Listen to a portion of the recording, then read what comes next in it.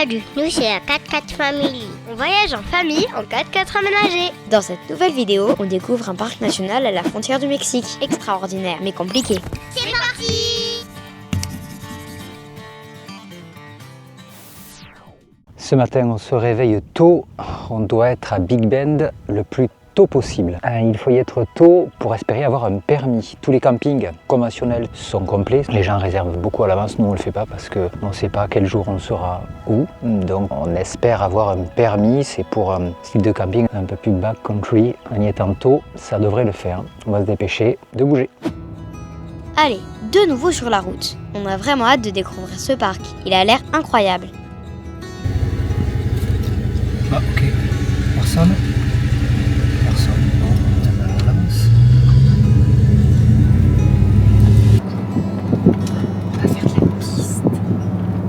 On travaille à l'ancienne parce qu'on n'a pas du tout de réseau. Donc on est à Big Bend National Park. Il fait bon, il fait chaud, c'est le désert. Les paysages sont déjà juste depuis la route sublimes. On a prévu quelques randos. On va essayer surtout de se trouver un backcountry permit. J'espère qu'il y aura encore de la place parce qu'il y a quand même un peu de monde. Pouvoir dormir à la belle étoile au milieu du parc. Direction de Panther Junction au Visitor Center pour voir si on peut se procurer le permis. Il existe deux entrées pour accéder au parc, une au nord et une à l'ouest. Venant de l'est du pays, nous avons pris l'entrée au nord. Nous allons maintenant prendre la direction du Visitor Center de Panther Junction qui se trouve au centre du parc. Mais je suis sûre qu'il y a des choses à découvrir sur le chemin. On se trouve au Fossil Discovery Exhibit. Au début du parc, ça retrace la période qui va de moins 100 et quelques millions d'années jusqu'à moins 10 000. Le meilleur site en Amérique du Nord pour voir des fossiles. Tout ce qui est derrière moi là, entre 100 et 130 millions d'années, c'était sous l'eau. La particularité de ce site, c'est tout accessible. Ils n'ont pas eu besoin de creuser pendant des dizaines d'années pour tomber sur des fossiles. C'est ce qui vraiment rend le site vraiment particulier. On va continuer la route jusqu'au prochain Visitor Center qui est par là-bas, 30 km. Immense. Le parc fait pas moins de 90 km d'est en ouest et autant du nord au sud. Il s'étend sur plus de 3200 km². C'est aussi vaste que le département du Rhône en France.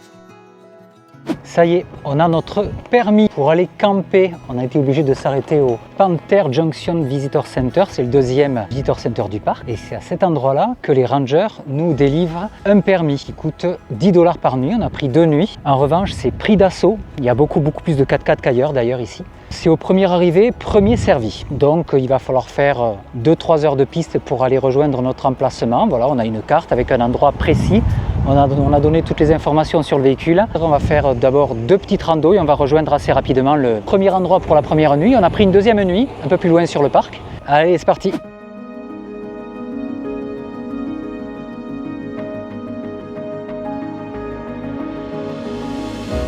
Allez, la première rando dans ce parc. Le paysage est hallucinant, on se croirait sur une autre planète. On n'a jamais vu ça. Au Visitor Center, la dame du ranger, elle a dit qu'il fallait faire très attention aux cailloux parce qu'il pouvait avoir des serpents. Première rando de la journée. On vient de se faire une piste de 10 km de tôle ondulée.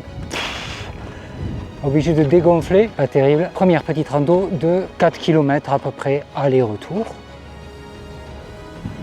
Là aujourd'hui, ça s'entend sûrement, ça souffle beaucoup. Il fait 29-30 et on est au mois d'avril. Donc je n'ose même pas imaginer au mois d'août comment ça doit taper. Derrière moi, là, comme vous voyez, une bande rocheuse. De l'autre côté, pareil. L'été, ça doit être une fournaise. Les 2 premiers tiers, c'est à plat. Dernière partie, ça grimpe. Le panorama est très sympa. Avec mon petit frère, on galère un peu à monter, mais je pense que ça vaut le coup.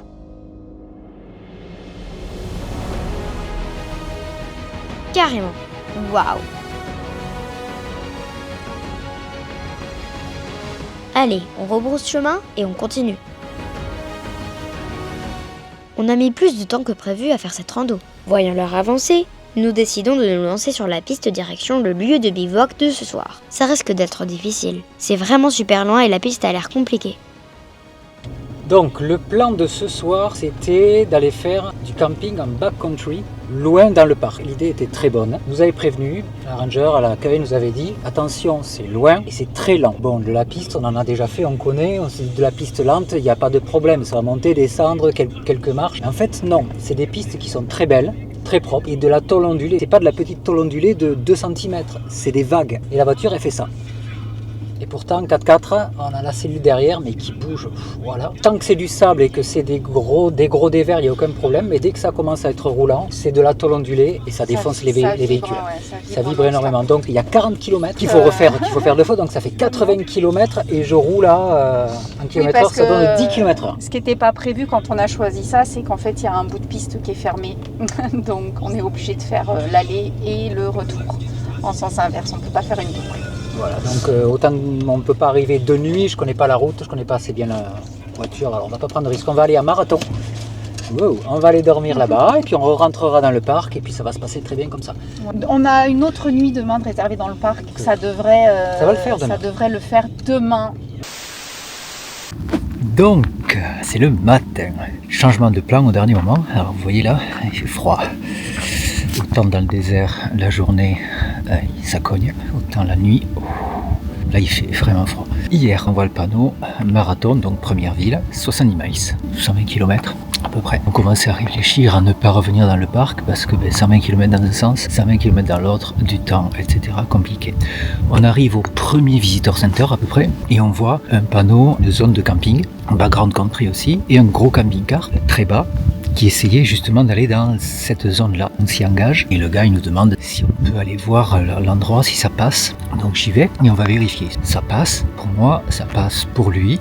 On se suit et puis je lui dis écoutez, l'emplacement est grand, pourquoi on s'y mettrait pas tous les deux? Finalement on s'y est mis, que c'était très silencieux, très bonne nuit, fraîche mais très bonne. On va revenir dans le parc pour terminer cette visite. Deuxième jour, le soleil se lève à peine. C'était dur de se réveiller si tôt, mais le paysage, ça valait le coup. 10h22, deuxième jour, on démarre la Rio Grande Nature Trail. C'est une petite randonnée. Et juste avant, on est passé au Visitor Center et on nous a donné ça. C'est un petit magazine qui s'appelle Big Bend Junior Ranger. Et la dame nous a expliqué, en anglais bien évidemment, à quoi ça servait et comment on le faisait. À chaque Visitor Center, on va apprendre de nouvelles choses. Et on va écrire de nouvelles choses dans le carnet, on va répondre aux questions. Et à chaque fois qu'on passera dans un visitor center, on se fera tamponner avec leur tampon les petits ronds. C'est ça. Et en fait, c'est pour apprendre beaucoup de choses sur les plantes, sur la faune, la flore des parcs, il y en a etc. sur tous les parcs nationaux. Allez, on continue. On va essayer d'en apprendre un peu plus.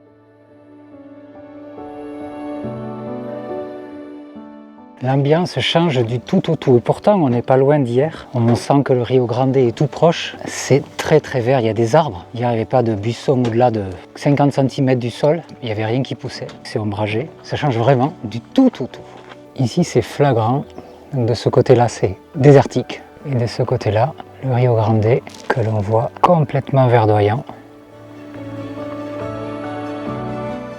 Juste là, il y a un des 2 campings du parc. Alors le parc est immense, il y a juste 2 campings classiques. C'est chouette, c'est bien ombragé. Le reste, ce n'est que du background country.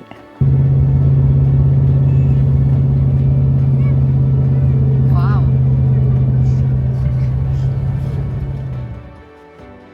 La particularité de ce spot, c'est bien sûr la vue, comme partout ici, mais surtout le marché mexicain illégal. C'est la première fois que je vois ça. Ils doivent venir le matin au lever du jour. Ils posent leurs produits et les acheteurs posent l'argent dans la boîte. Il y a plusieurs boîtes, donc plusieurs vendeurs. Les tarifs sont inscrits directement sur les produits. Alors c'est particulier, ils font vraiment confiance. Ils jouent sur l'honnêteté des gens. Et voilà, c'est connu pour ça. Alors, certaines boîtes sont comme ici enchaînées. Alors, il y a des cadenas évidemment. Mais certaines sont libres, elles ne sont même pas enchaînées. Il y a l'argent dedans et c'est posé, comme celle-là là-bas. Le marché à peine 10 minutes et directement on tombe sur ça. On imagine bien un cow-boy mexicain là avec son cheval et son feu de camp. Wow. On se sent vraiment tout petit ici, le panorama est ouf. Nadège et les enfants ont pris un petit peu d'avance. On va aller voir un petit peu plus loin dans le canyon. C'est ambiance western. Bah.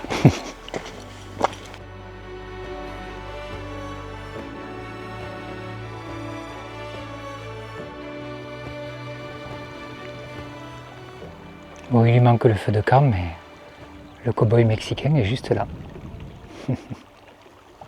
Eh bien, heureusement que hier soir, on est tombé sur cette aire de camping sauvage un petit peu par hasard. Moi, j'étais à 2 doigts de quitter le parc, remonter un marathon, et on trace. Honnêtement, la piste impraticable, perte de temps énorme, beaucoup de kilomètres. Et heureusement qu'on s'est arrêté plus tôt que marathon. Du coup, ce matin, on a pu repartir et on est tombé sur ça. Pouah.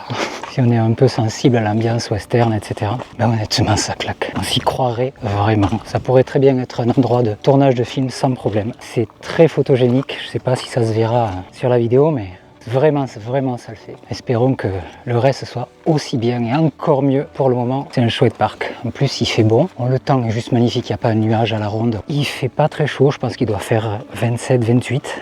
On continue. On croise les doigts pour tomber sur des pépites.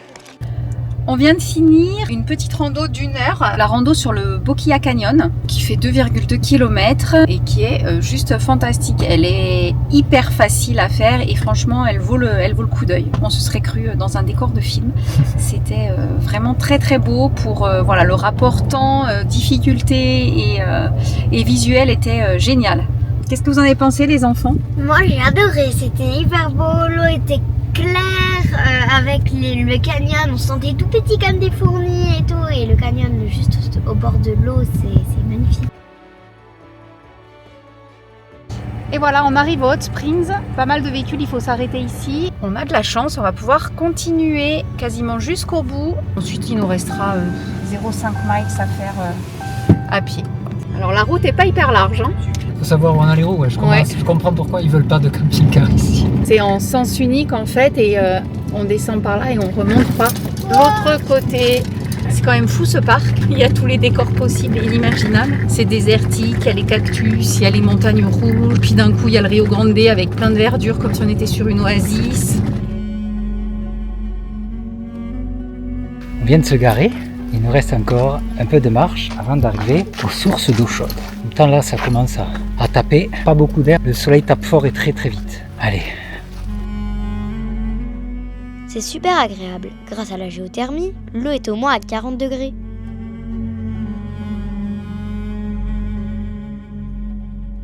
Alors les Hot Springs, c'était super, vous êtes d'accord ou pas? Vous êtes KO? C'était chouette, ça nécessitait pour notre cas en tout cas pas beaucoup de marche. L'eau était limite trop chaude. Limite trop chaude parce que comme il fait déjà hyper chaud, en fait l'idéal je pense ça serait d'y être le matin. Là je pense qu'on en profite bien, on a vraiment envie de se mettre à fond dedans. Là on n'avait pas forcément envie de tremper tout notre corps parce que on avait déjà chaud et l'eau était vraiment très chaude, ce qui fait qu'on est allé se baigner dans la rivière d'à côté, ce qui fait qu'on a alterné entre source chaude, rivière, source chaude. Ça c'est pas mal, c'est le bon compromis. L'eau elle est hyper claire, tout autour de vous il y a des vaches. Qui traversent, qui sont là. Ouais, chouette, belle expérience. Belle expérience, ouais, carrément. Allez, on continue. C'est parti. Voilà, la route est quand même magnifique de partout ici. Je crois que ce parc, il n'est pas très connu. Enfin, il est connu, mais il est tellement loin que beaucoup font le choix de ne pas y aller. Mais il y a tellement de choses à y voir et à y faire.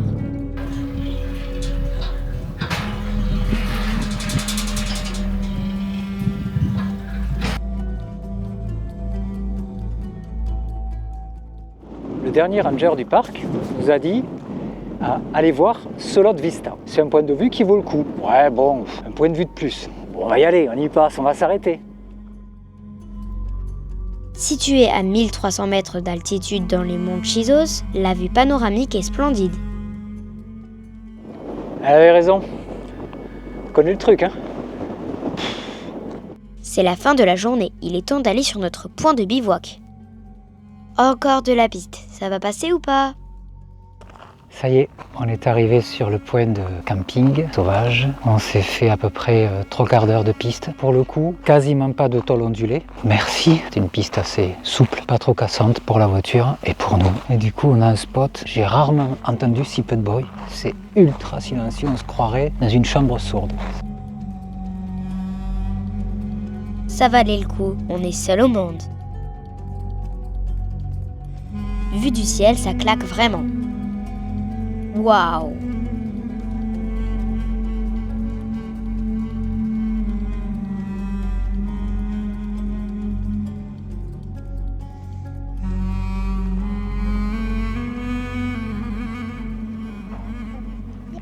Liam, il va prendre sa douche. On a attendu, vu que là on a le droit, on a attendu un fil. On a les fameuses boîtes à ours. Voilà, c'est comme ça, c'est contre les animaux sauvages. En l'occurrence, voilà, je pense que c'est sanglier, sorte de sanglier et ours. En fait, au début ça fait bizarre, mais on passe la main dedans. Là. Hop! Et ça s'ouvre. Voilà. Donc il y a de quoi en mettre, il y a la place. Mais c'est surtout pour la nourriture. Et ceux qui viennent en tente, pour ne pas se faire éventrer les tentes et se faire piquer toute la nourriture, ça doit faire bizarre. Première impression, après avoir fait de la piste avec le RAM, on n'en avait pas vraiment fait encore, ça change vraiment du Toyota. Lui, ça se sent que c'est pas conçu vraiment pour ça. Je suis en propulsion, j'ai la possibilité de le passer en 4 roues avec blocage de différentiel. Le seul souci, c'est que je suis lourd d'origine, ça fait 2 tonnes 6. Avec la cellule à vide, je suis à 2 tonnes 9. Là, l'eau plus le bordel pour voyager, plus la famille dedans, etc., je pense que je suis à 3 tonnes 2. Les suspensions pneumatiques, elles tiennent l'assiette et il est toujours à plat. Ça gonfle fort, ça a du mal à amortir les tout petits chocs. Dès que je passe sur de la tôle ondulée par exemple, ça tape. Donc arrivé à la maison, on fera ce qu'il faut pour modifier la suspension et qu'il se comporte bien. Mais mis à part ça, c'est un salon roulant le truc, c'est vraiment confortable, il y a la place. On en est content. On fera une présentation pour tout ce qu'il y a dessus, mais voilà, la cellule, etc. Et c'est un bon véhicule quand même. Ça y est, les douches sont prises. Le soleil est en train de finir de se coucher et concrètement les premières lumières artificielles, elles sont par là à environ 70-80 km. C'est le premier Visitor Center. Ce soir, ça va encore être grand spectacle. On va attendre que les lumières s'allument. On va descendre les moustiquaires et on va s'endormir en regardant tout ça. Ça risque d'être, encore une fois, très sympa. Allez, on va passer à table.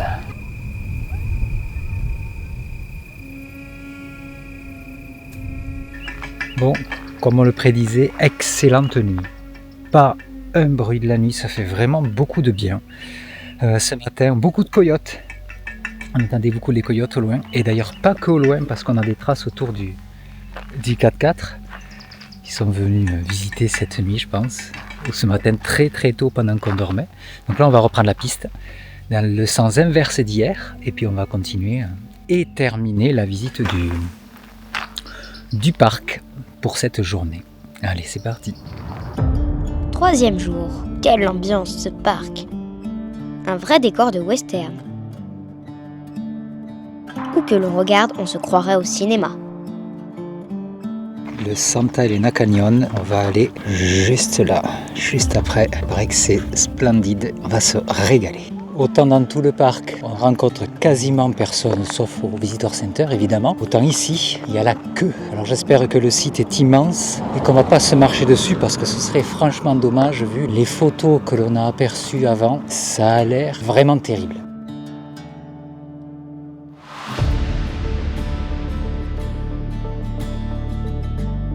Je confirme, c'est très beau. Eux, ils doivent vraiment apprécier. Impressionnant.